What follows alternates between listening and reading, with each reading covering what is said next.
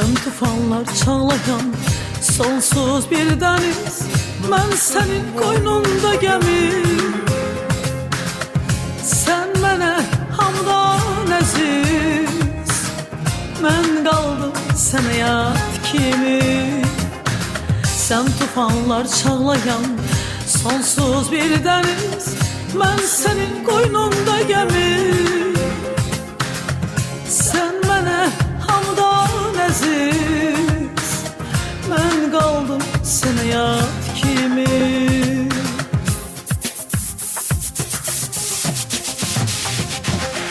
Mən sənə inanıb, sən inan dedim. Sən mənim mənzəri, gülümü derdim. Mən sənə ömrümü, qəlbimi verdim. Sən mənə kədərdən başqa nə verdin?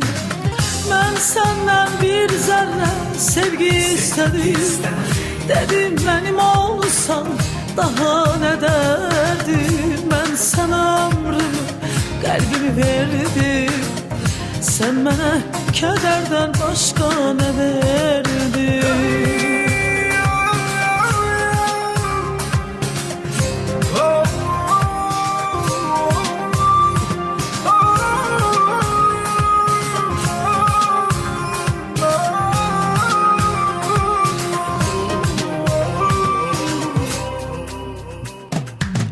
Sen sevdadan xəbərsiz dəli bir külək, mən sənin bağında güləm.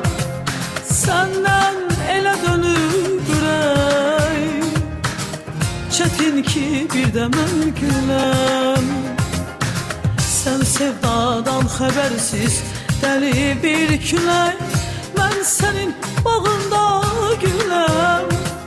Səndən elə dönüb ürək, çətin ki bir də mən güləm.